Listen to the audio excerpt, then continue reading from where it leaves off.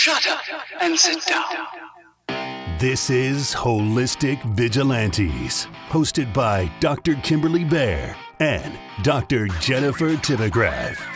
These two badass dentists are breaking the mold to provide modern dentistry that doesn't compromise overall health. Determined to spread the word, the Vigilantes are kicking down the door as they bring you honest answers to hard questions. Buckle up for a wild ride down the Meridian Highway as they explore the connection between oral health and whole body health, saving the world one smile at a time. And now, the Holistic Vigilantes. Hello, I am Jennifer Tippegraf. And I'm Kimberly Bear. And we are the Holistic Vigilantes. Today, we have Dr. Felix Liao. Dr. Liao attended Case University in California. He is a certified biological dentist with multiple board certifications. He practices locally in Falls Church, Virginia at Whole Health Dental Center. He is a pioneer in the field of airway dentistry and the author of 3 books, Early Sirens, 6-Foot Tiger, 3-Foot Cage, and recently Licensed to Thrive. We are very excited to have Dr. Liao. Little story, real quick. I had started this medical book club type thing with one of my friends and myofunctional therapist, Hallie Balkin. And we started it and read the book, 6-Foot Tiger, 3-Foot Cage, for the month. And at the end of the month, we all met to talk about it. And as a surprise to the rest of the book club members, we had Dr. Liao show up and everyone was so excited. They're like, oh my gosh. It was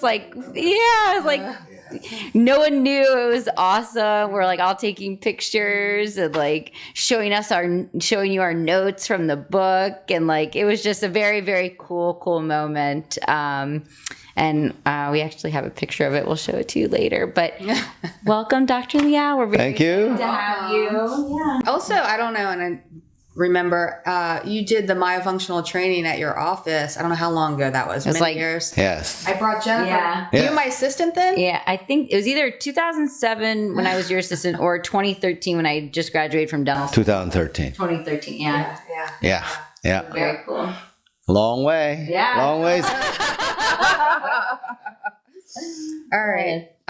So before we delve into Dr. Liao's wealth of knowledge, I just want to mention that some topics that we hope to touch on today are COVID and how to protect yourself. Basically, Dr. Liao is going to share with us the 3 things that the CDC does not want you to know. And we're going to talk about sugar and how it's more addictive than cocaine and how using growth appliances, you can overcome this. And go ahead. If you want to start us off with talking about COVID. Sure. So what we hear about on TV and any media is what the government puts out. And the public health officials are concerned with one thing: where to put the patients if the numbers overwhelm the ICU beds and the corridors. So they're not experts in being proactive prevention, all right? To me, I'm sorry, vaccination is not prevention. Vaccination is disease management, all right? You're trying to manage a pandemic. I understand their position. Not everybody has to agree with it, but I do agree that this thing needs to come under control. So how do you control this? And why is, for example, U.S. leading the world in COVID deaths? We are the richest country. We have the greatest resources. Why do we die in the greatest numbers? Is it because we're the most obese? Very good start. But the public health official and their advisory policies about 6-foot distancing and all of that doesn't solve the problem with the root cause, all right? It's managing the pandemic, not their job. I understand that. But who is going to help you stop the forest fire from catching on inside your body once the virus gets in. Yeah, no one talks about No one talks about that. There's been no prevention talk. Right. And I am really proud to be a dentist turned mouth doctor because prevention is built into our professional DNA. Dental hygienists and dentists have turned literally dental disease into something of a horse and buggy in the history of healthcare now. Yeah. Right? Do you guys find cavities these days in your practice? I don't find any anymore of a patient who come to see me. They all come to our practice. Good for you. I think you're sending them to our practice because you don't want to do them anymore. I've stopped doing general dentistry. Word's out. If you have a cavity, don't see Liao. I've graduated from Durhamville.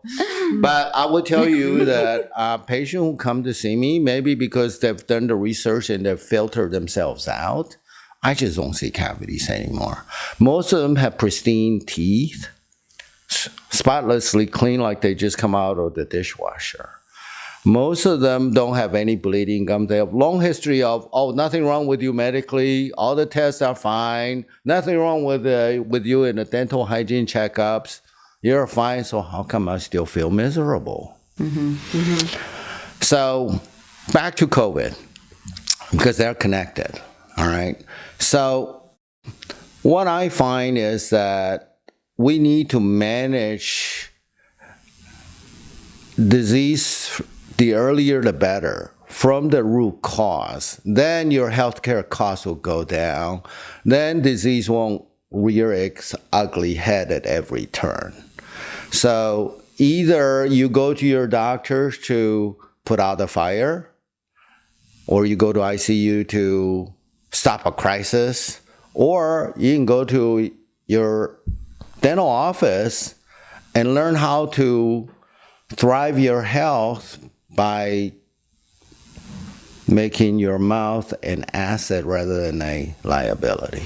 Yeah, that's so true. So like if you go to the doctors and you have even a sinus infection and they're going to give you antibiotics, but no one's going to talk about why'd you get the sinus infection? Yeah. Why are you always getting sinus infections? That's right. What's your mineral, what's your what vitamin C levels are you taking, or what can you do or take to not get a sinus infection next time? Absolutely. Yeah. So it turns out that it's so simple, but somebody's got to say it. So here it is. The mouth is to the human body what roots are to plants. So if you want illness, you just keep on eating the standard American way. Yeah. If you want wellness, well, you better find someone to guide you, because the overwhelming cultural tide is against the individual duckling swimming in it. All right? The tide is pushing everybody toward higher disease susceptibility, obesity, cardiovascular disease, internal gut inflammation, and diabetes, and sleep apnea, and the tide is just pushing everybody toward emergency room or ICU once something happens. Yeah. No. And in this case, that something is coronavirus, COVID-19. Yeah. So I was very disappointed. Well, okay, so first of all, I had COVID. And thank you, Dr. Tipograph gave me COVID. Early in 2020, like January, February, it ran through our office. We didn't know it was COVID at the time.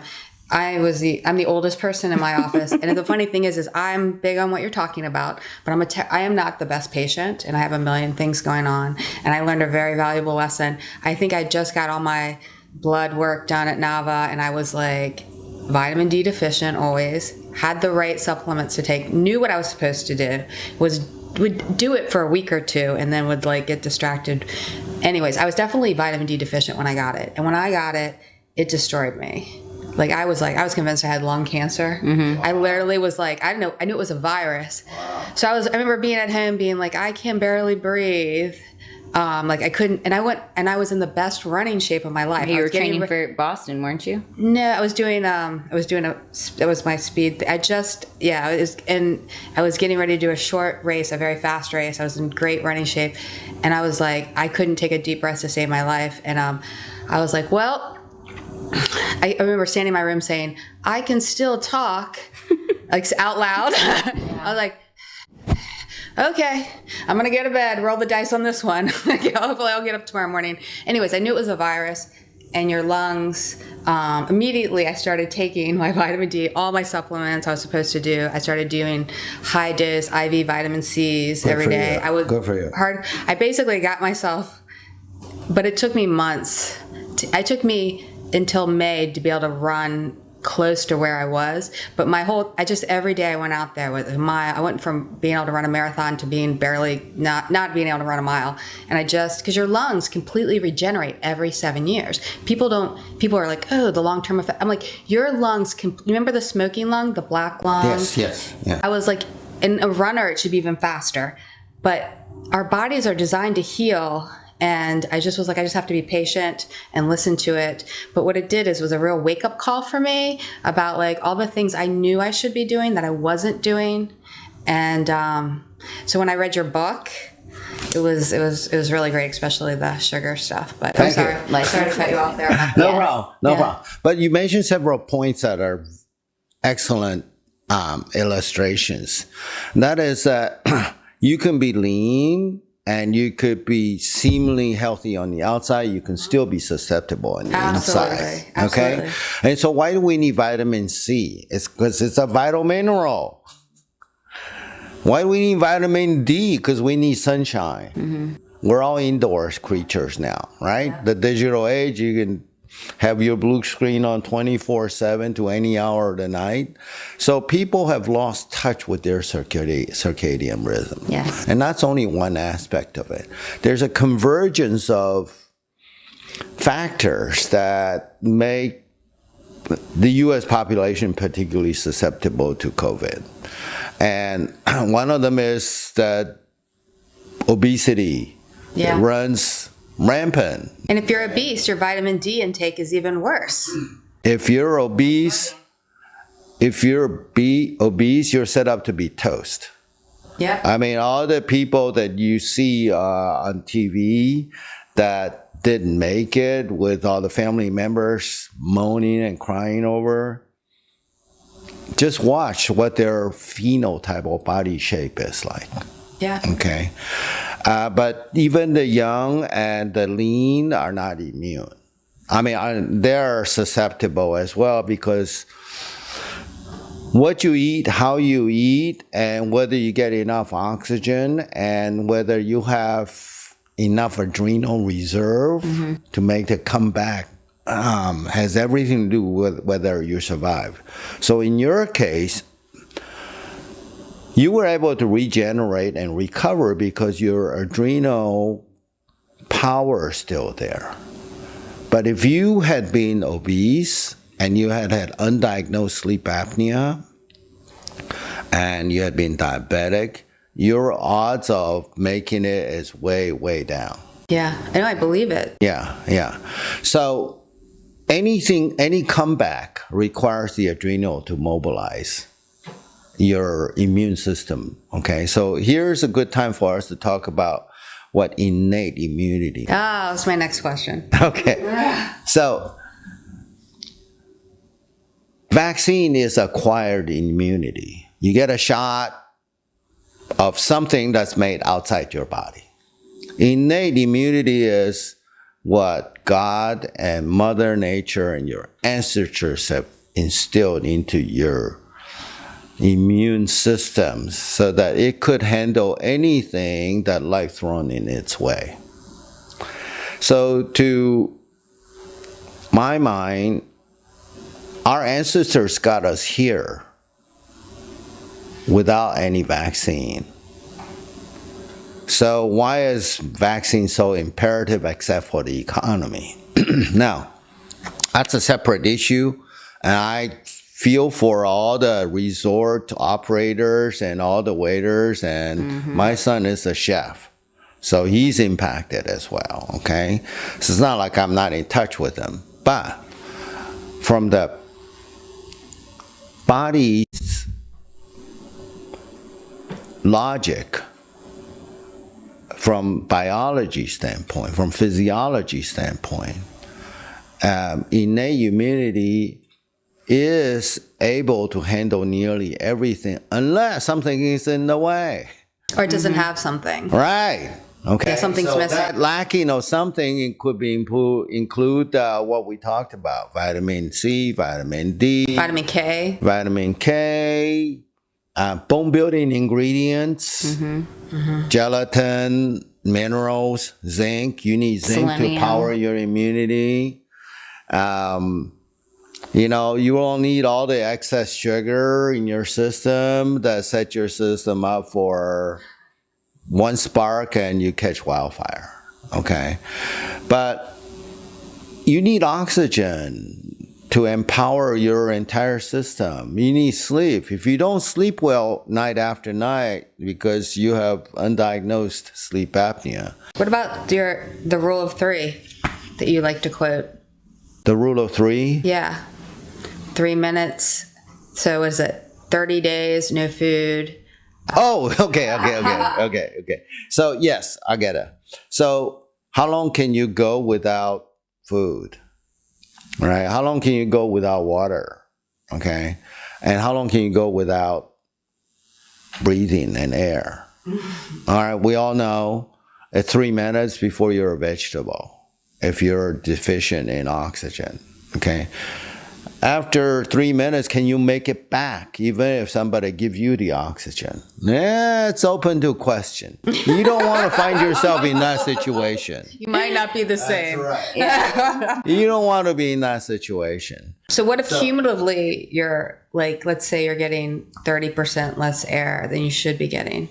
So what happens that every night you go to sleep,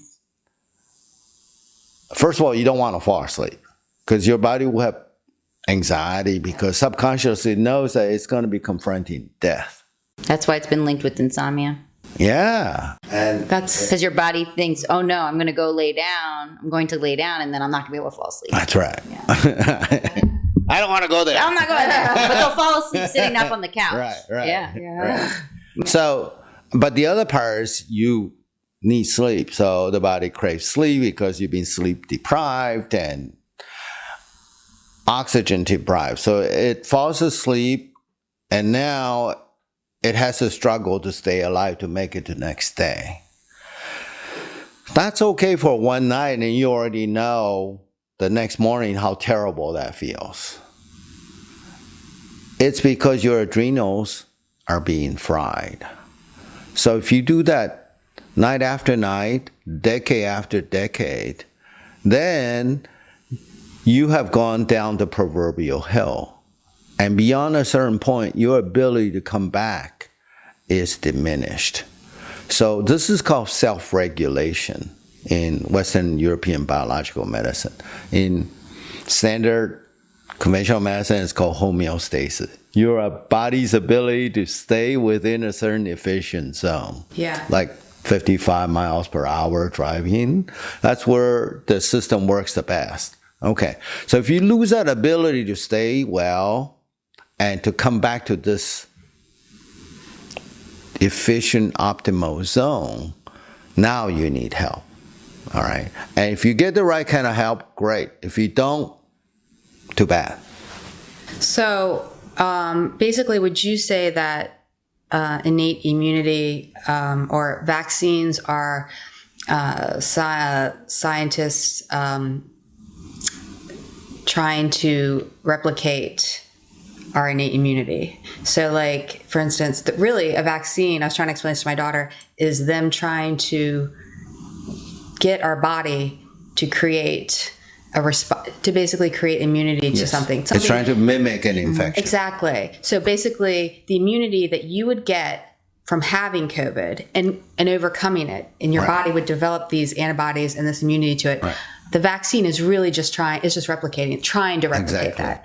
Yeah. So I find that amazing and the whole controversy behind people who get it and have the antibodies and how long they're good for. We did have the antibodies, and I feel doubly good about that. But I mean, yeah, so the controversy on what is better. Is it better to have natural immunity, or is it better to have a vaccine? Well, this is a hard question that's best left to researchers.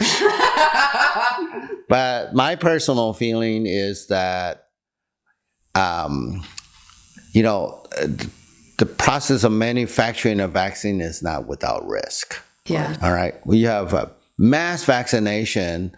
Is not, I see it as not that different from the glyphosate episode. Right? Yeah.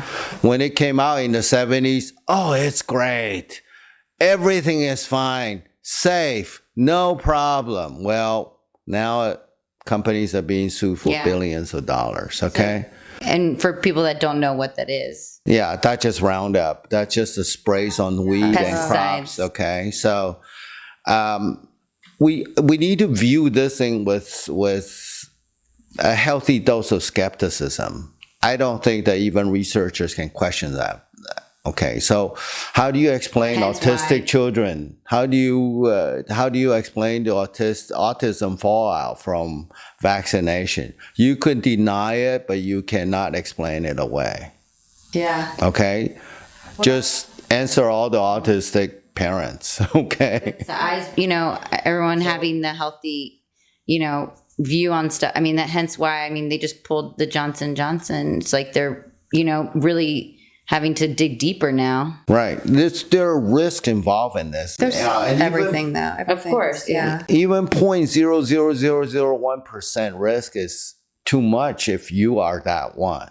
If you end up being the parent who has to care for that kid for life. Yeah. By yourself. So staying on top, I just want to go so as far as like, I know if our listeners aren't aware of, Dr. Liao is really big in treating the airway issues with growth appliances. Yes. Yes. Yeah. Yes. And have you had any experiences this past year with patients with growth appliances and that have contracted COVID or had to deal with it or? Okay, so that's a really interesting question. I did not do the appliance in order to prove that this could stop COVID, but I do know that none of my patients have come down with COVID. People who started oral appliance therapy just before and during the pandemic, they've all done really well. Yeah. I think that, you know, the reason why I call this book License to Thrive is to answer the question, what does it take to thrive your health? I mean, I don't think there's any one of us who does not want to thrive your health, right? Of course, yeah. I mean, either you can thrive or you can crash. Yeah. The road forks here, and which turn will you take? Okay. So what do they give you in ICU in order to revive you? Let's take the opposite end of thrive, right? What do they do to revive you? Are you talking They about? give you oxygen, Yeah. all right? Either through a nasal cannula or a ventilator, and they give you an IV. So they give you the necessary vital minerals and nutrition through the IV, and they give you oxygen. Well, if you go to the right doctor, they can give you the same thing at home, right? In your own bed, in your own kitchen. Yeah. So in that book, I talked about what? How to cook to thrive in your own kitchen, okay? I have a slide that I didn't put into the book because it just became available. It talks about how 2 filters, water filters, okay? One is 6 months later and the other one is pristine. Okay, this filter is tap water. You will not believe how black the one that's used is, okay? Yeah. And I have a picture of a pile of snow that didn't melt until recently. It's been there for like a week or 2, and it's covered with soot. All right, that's what our respiratory system has to deal with every day. All right, so we're already surrounded by nutritional bombs, landmines. we're already surrounded by pollutants.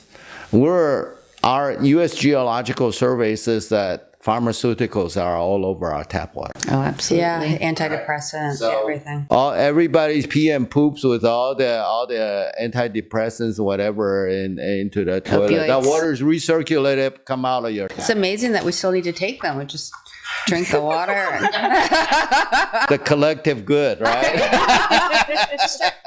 it's almost as if they're just throwing all these drugs into the water. And Right. then we get to So this is the reason why you want to go to a natural biological dentist who are mouth doctors. All right. There is, to me, the reason the fact that the Americans are suddenly experiencing sleep apnea that was not there generations ago, it's not just from diagnostic. It's also because we are rapidly de-evolving as a species. our jaws, Yes. especially. If you live in America, you grow up in America, you work in America, you are going to become susceptible to modern illnesses, whether it's COVID or sleep apnea or diabetes and obesity and heart disease. Hence or why cancer. prevention is so important, especially in the Right. United States. Right. Yeah. Yes. And we have the road ability to do frontier. Either you have the mouth as a health asset, or you have it as a liability. And I will say, we see similar patients that are willing to put in the time and the money and the effort to address this, I will say, it is a little bit more expensive to do the prevention stuff, but in the long is run, not. It is not in the long run. no, Yeah. not in the, I'm saying not in the long run, but up front people say, oh, it's going to cost this much because they're just used to paying the $5 for their prescription drug. Well, wait till you end up in ICU. Right. One night in ICU is $7,000. Wow. Yeah, no, it's true. For that amount of money, I can get you a new airway. Yeah. Yeah. Your choice.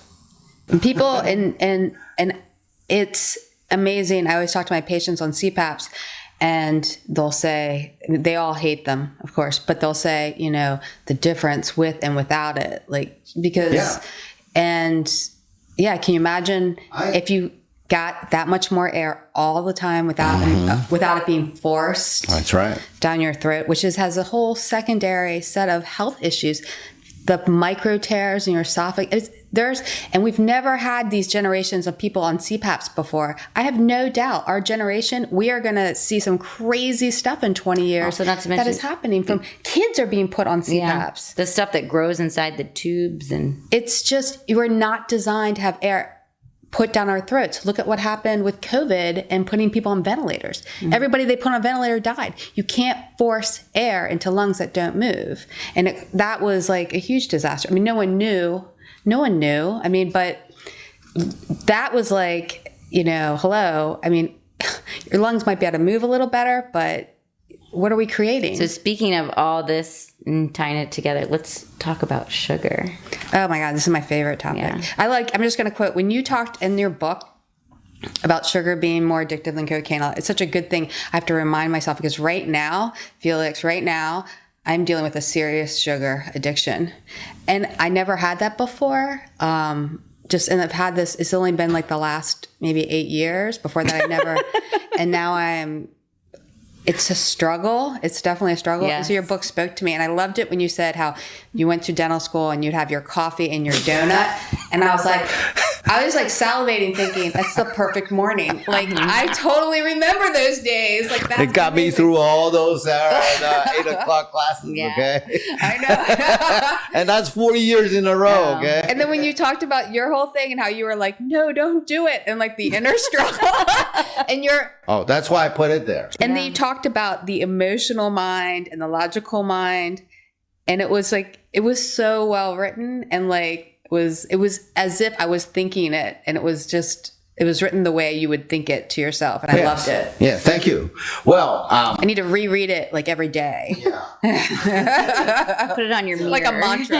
and be a little forgiving because it's great that you have the realization that, so being in touch and taking ownership of this urge, okay, is the first step. But the next step is going to be recognizing that you have been manipulated into this addiction by big foods. Yeah. Okay. This level of sugar that Americans are used to is not natural. It's not healthy. It's actually conspiratorial. Totally. It's a drug. So for people who want to follow up on that, just read Michael Moss's wonderful book, Salt, Fats, and Sugar. All right. It chronicles how big food spends millions and millions of dollars trying to find that perfect bliss point to hook you. Yeah. So that it could say, I dare you to take just one. It's true.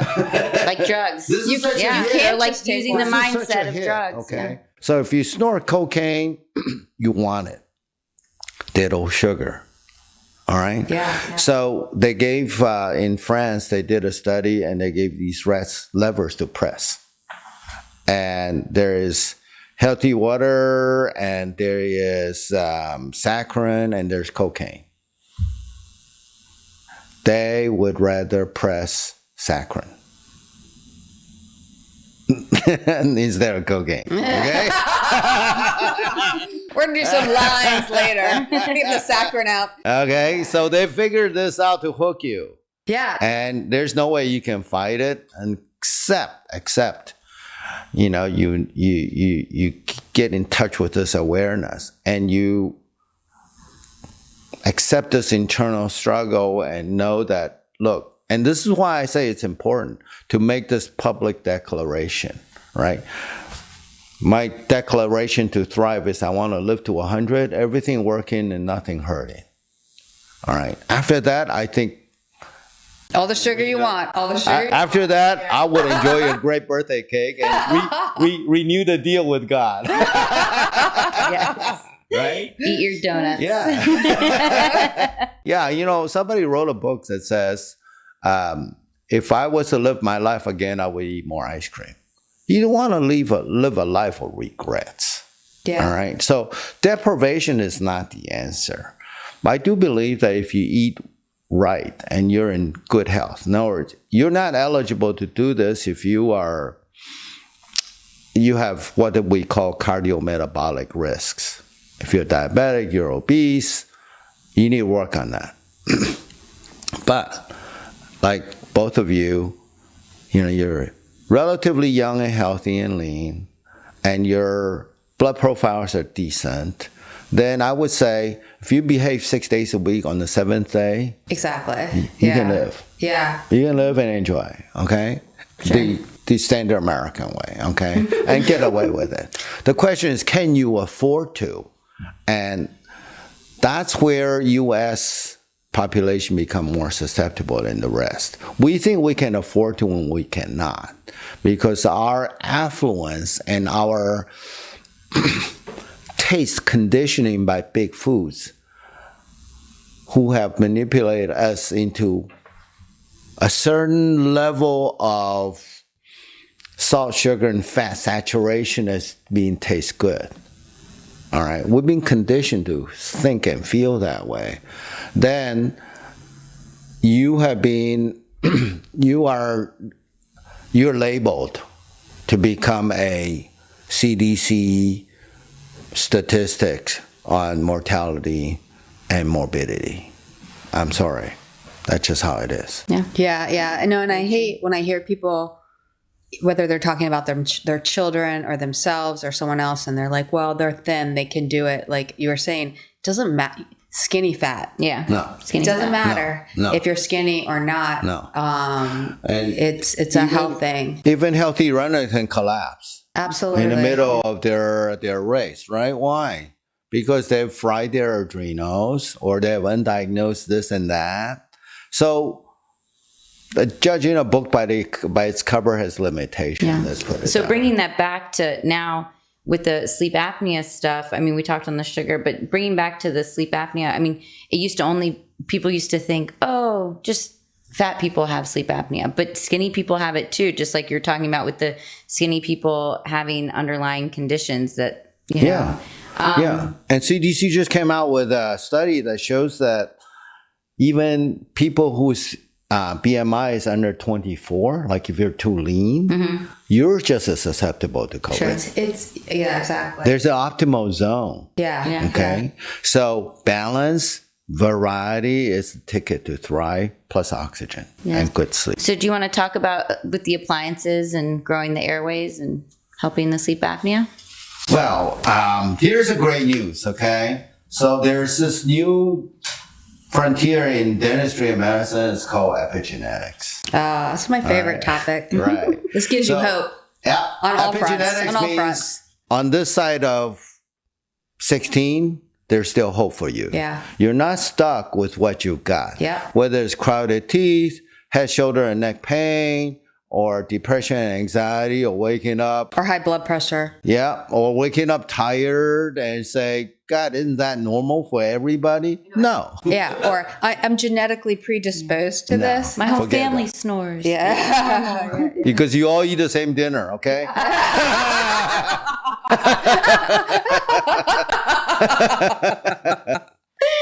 All right. So the thing about epigenetics is that we can use a new generation of epigenetic oral appliances to regrow jawbones that are underdeveloped as a result of multiple factors, starting with tongue tie at birth, and then improper weaning, and then the standard American diet, and so on and so on and so on.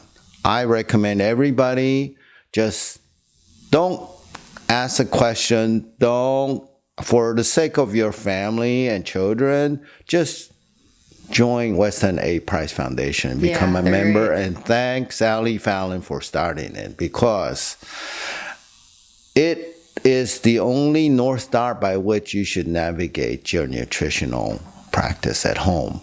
Okay, so the epigenetic part, my appliance is called Start Thriving Appliance because there are two principles. One, it's the only appliance that's being paired with a bone building diet. So let me talk about that for a second. Bone building diet, I've reduced it down to two very simple items. One is green smoothies. Basically, you make your own V8 juice. You blend your salad and throw whatever else you want in there. Half a banana for taste, chocolate powder and raspberry because it's such a blissful sensation in the aftertaste. Okay? These are all healthy antioxidant stuff. So even kids love it. Sure. All right? And whatever that's in season, it's rich in vitamin, minerals, and colors and fiber. So that's the vitamin and mineral part. So the other part is bone broth. All right. There is no excuse not to make your own broth anymore. Okay. You go and buy a crock pot for $9.99 or $19.99, depending on the size. Plug it in overnight with bone and water in it, and carrots and onion and celery. And the next morning you got rich bone broth. Put it in the fridge. Come back from work. Skim off the fat, and underneath you have gelatin. Gelatin heals what? Leaky gut. Gelatin stops inflammation. Gelatin provides the bone building ingredients that epigenetic oral appliance helps you grow your upper jaw and lower jaw and a prettier face. I love doing this work because all the women come back more beautiful. No, seriously, the lips gets fuller without injections. Cheekbone shows up. Facial radiance without makeup. Yeah, the inside out facelift. They advertise it, I think, in New York and California has the surgicalist facelift, right? Yeah. Isn't that what they call it? Yeah. You know, just do the epigenetic oral appliance, and just find those doctors who can provide that for you. And let me just, for everyone, explain what epigenetics is. Yeah. It's a huge field of, we learned when it came about like 20, 30 years ago, maybe we figured out that we used to think that there was everyone had a few strands of DNA and you were born with this gene for this and this gene for that. And then what we didn't realize is that you have many genes of DNA, and that the cool thing about it is during the course of your lifetime, like every day and the things that you do and the environment you're in and the things you eat, you can switch which gene of which strand gets, Activated. Yeah, it gets activated. And so, for instance, like you can, there's an idealized strand where you grew to be the perfect height or your jaw was at the perfect size, and because of different factors, environmental, you're actually at this other strand, but you can change that. It doesn't have to just stay the same throughout your entire lifetime. We used to think that we just stopped growing and started to die. It just gets very slow and you can speed that up, and you don't have to just say, this is what I have. Right. You can fix things. I have when I had a knee injury in the beginning of college, playing lacrosse, and I have an x-ray of my left knee. And then when I didn't do anything and I started running when I was 40, I started to have problems with my left knee again. And they did an x-ray and I brought in my old one, and it looked like two different legs. Because I had been doing endurance sports for 3 years earlier, my bones were so much better with my 40-year-old leg than it was with my 21-year-old leg. The surgeon was like, are you sure this is your x-ray? I was like, that's my leg. It looked better. Like your bones get bigger and stronger. So that people are like, oh, you stop growing. You can't expand the jaw. You can't grow your jaw out as, only kids do. That's not true. No. Your bones are constantly growing. It's just about, what you're doing to take care of them. Right.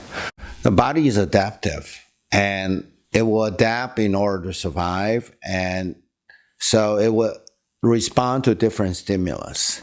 So we cannot make somebody taller epigenetically. Not yet. Not yet. Felix is working on it. Yeah. That's the next book. The principle is this, that the jaws and the face, okay, so in this Facebook age, people forget that the face is 2/3 jaws. From the corner of your eyes down to your chin point, and ear to ear, it's all your jaws. Okay? So the jaws can be redeveloped because there are stem cells in your roots.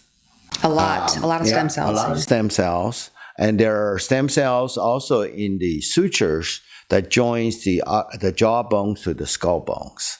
Okay, so with the right stimulus, those stem cells could be switched on, and the original blueprint that's encoded in your double helix DNA can start to express itself.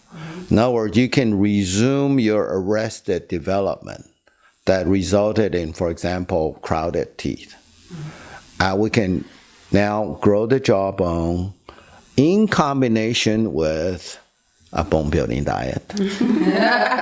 How long would you say this typically takes for a person on average? So it depends on age and it depends on compliance. Sure. Compliance means if I tell you do 100 push-ups, will you have done that by the time that homework is due? So typically the Chinese and the German patients do better than the standard American patients. But that's not to say that there are not compliant Americans. That said, the more compliant you are, the sooner you graduate. Okay, so let's assume 100% compliance. It's generally about 2 years to 3.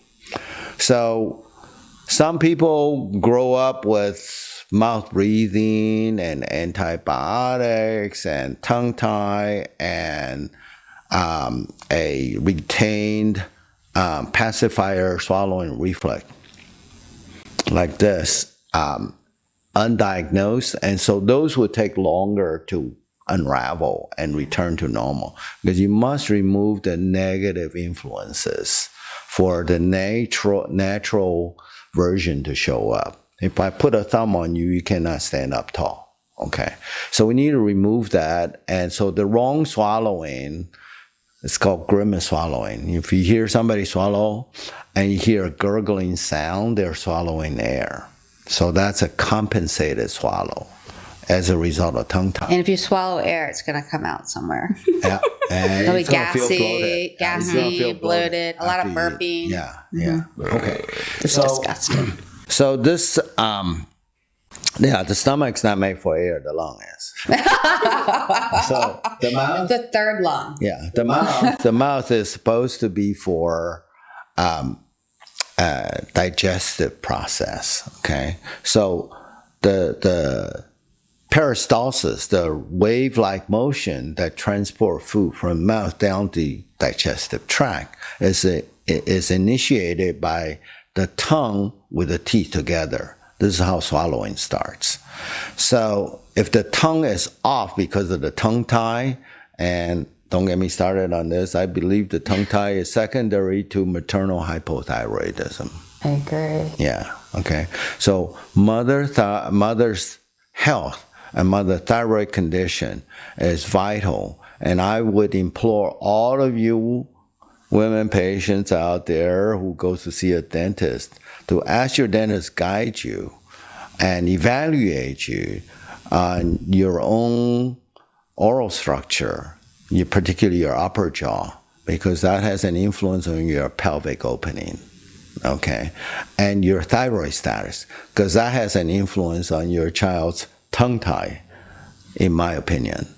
Because and autistic risk. you change your DNA when you make these structural changes on yourself, and so your children will be affected. Here's just a crazy little story that makes sense. So my mother, I'm the youngest of three, so before she got pregnant with me, right before she got pregnant with me, she had, her hand got closed in the car door, and her finger, her one fingernail got her finger just dented, like just permanently. So not a big deal, right?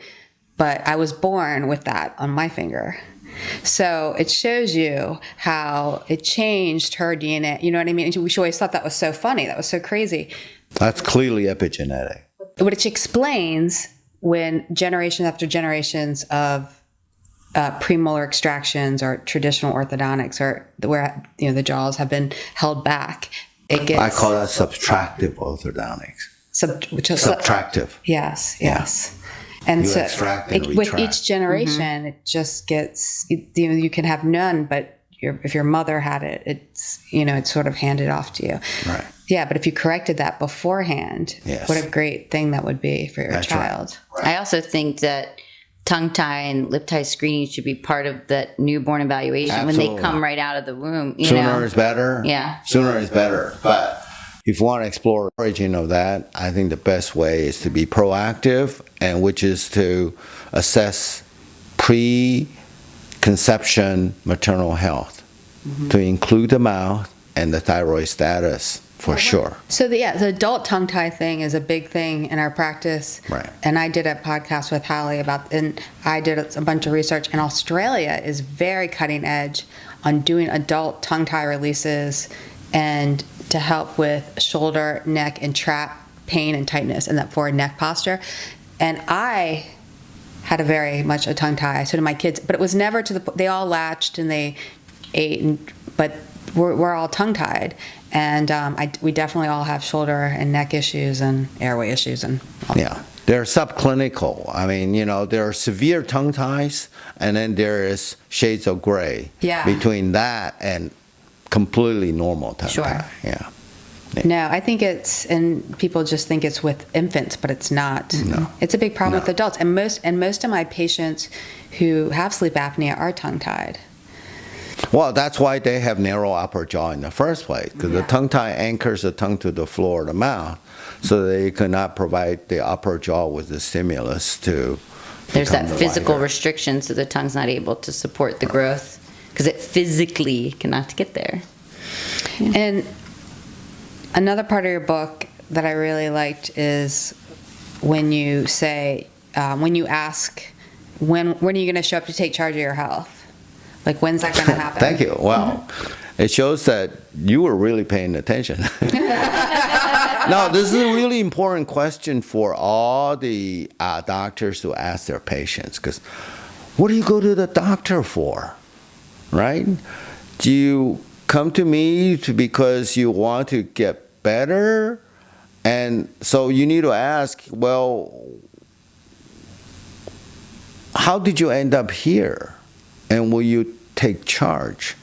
so that you don't repeat the old pattern, right? So fundamentally, there is a partnership between the patient and the doctor. You know, the patient is the owner and operator of their body, their mind, and the mouth.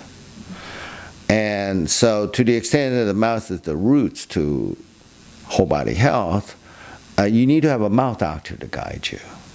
And what we have in the U.S. is there's a department for every part of the human body in a hospital, but have you heard of a department of the mouth? Everybody has a dentist, a cardiologist, an OBGYN. Do you have a mouth doctor? Well, I'm sorry, dental school trained dentists to be 2 doctors, right? When we get our state board examination, what did we work on? Teeth. Teeth, yes. What do dental insurance code us on? Teeth. Dental procedures, okay. So that is the expectation. That's what dentists been boxed into, just being 2 doctors. And therapists. Right. And so the mouth owner and operating part got left out of the care of health. And so when somebody shows up with a pot belly, I think the doctors, if he or she really cares about the patient, say, well, when are you going to take care of your pot belly? Because that is a serious COVID risk factor. No one, and then, why, I don't understand, no one was talking about, this year would have been the perfect year to, why aren't we taxing soda more? Why don't we get rid of soda? Why aren't we getting rid of all these things that are making people more susceptible to COVID and every other chronic disease that we have here? No one's talking about I'm going to get in shape and make sure I don't get sick. Everyone's just hiding behind their mask in their house. There are multiple explanations for that. The simplest of which is one, inertia. What stays is what is. Okay, what is what stays. Because if you want to change something, you have to fight the lobbying forces that's going to oppose you. Okay, and believe me, well-intentioned dentists have tried to stop soda machines from being put in schools, and guess what? They lost. Yeah. And there are being serious, threats to the dentists that you don't hear about on TV and get reported in newspaper. Okay, so there are mafia-like forces opposing every good cause. That's just a fact of life, and that's what plays out in Congress. Yeah. I had dinner with my brother-in-law last night, and he was telling me how in some of these other countries where they ban the size of your soda, how many ounces, how significant the healthcare costs went down when they started banning just the amount that people can get. Do we still have supersizing? And I feel like they're pretty big. Even after that movie? Yeah. Has anyone seen that movie? The idea that more is better and maybe okay for consumer goods, but for your health, no. No, it's terrible. When we were in, we do a lot of overseas work, and we were in the Philippines. That was it was the craziest situation because there was all these American fast food, Coke plants, and so it's much cheaper to drink soda than to get clean water there. Yeah. So the kids grow up on soda and candy. But the scariest part was, what was it? The Kentucky. It was like the double fried chicken. So before they release things in the U.S., they tested, and this was a hot dog that was fried, that was in a bun of fried chicken. It was a triple fried super dog thing, right? Now, at the time, my husband thought it was hysterical that we were going to Philippines and they were releasing, the super triple fried, and we don't even eat that stuff. But so we do have a photo.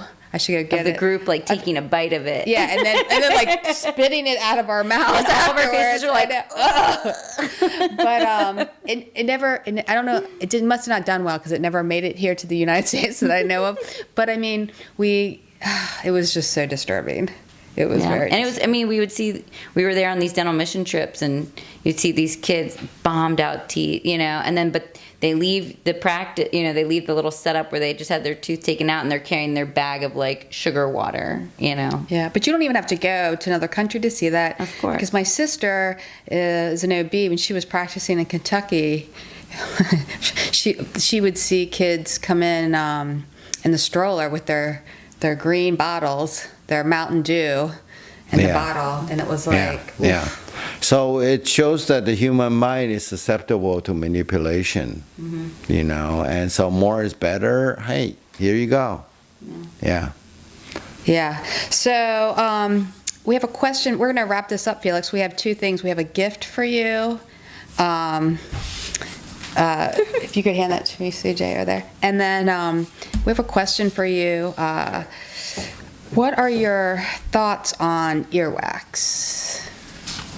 I don't have any thoughts on earwax. I'm sorry to say. Have you heard about how they're saying that the paleo diet is basically could decrease earwax issues? No, I have not heard that. I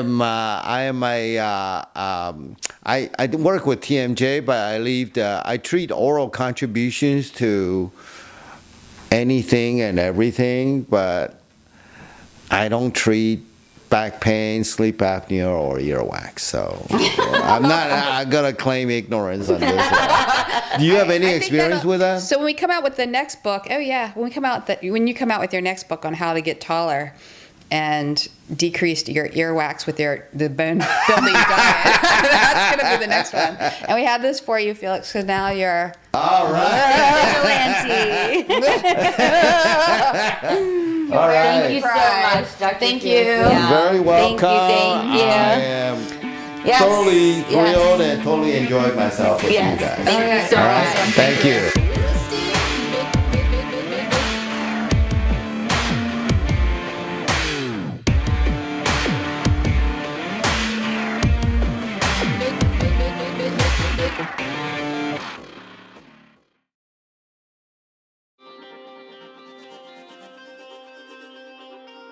All conversations and information exchanged during participation of the Holistic Vigilantes podcast or interaction within the social media umbrella of the Holistic Vigilantes pages are strictly for educational and entertainment purposes.